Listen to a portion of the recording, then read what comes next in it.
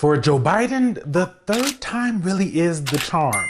After running for president in 1988, change the attitudes of Americans about what their responsibilities are to the poor. 2008, you've heard this trite phrase, Democrats are Republicans. Hell, some of you guys are still stupid enough to be Republicans. It is a joke. It is not a gaffe. And 2020. In January, he will be sworn in as the most powerful man in the world. But what's that 4 years gonna look like?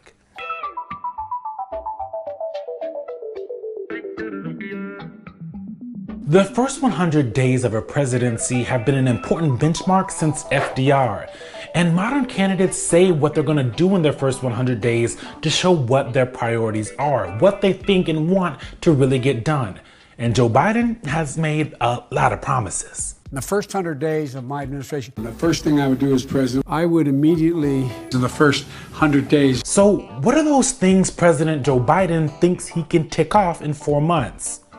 Hi, Natasha. Good to see you. Hi, Eugene. Thanks for having me. Are you kidding? Of course. I don't think I've ever done this. We did this in Iowa. That's right. We did this. I was just in the before times. In the before times. Natasha Korecki has been covering Biden since the very beginning. He lives in her head rent-free, so who better to explain those priorities?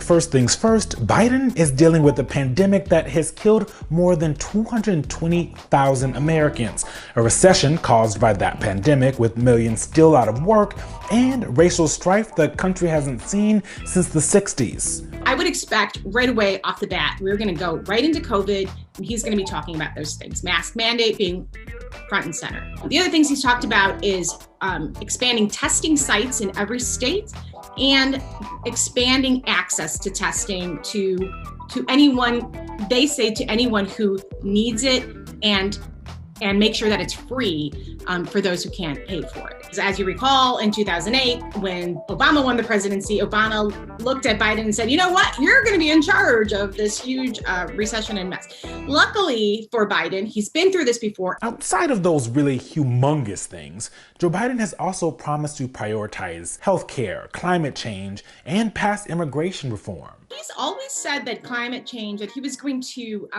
do something right away, actually on his first day, that he was going to sign executive orders. He has kind of stuck with this promising to achieve 100% clean energy economy and reaching net zero emissions no later than 2050. He's going to try to recommit to the Paris Climate Accord. Healthcare, of course, was such a huge issue. It dominated the Democratic primary. He refused to go as far left as Medicare for All, but he has pushed this public option. He's called it Biden Care.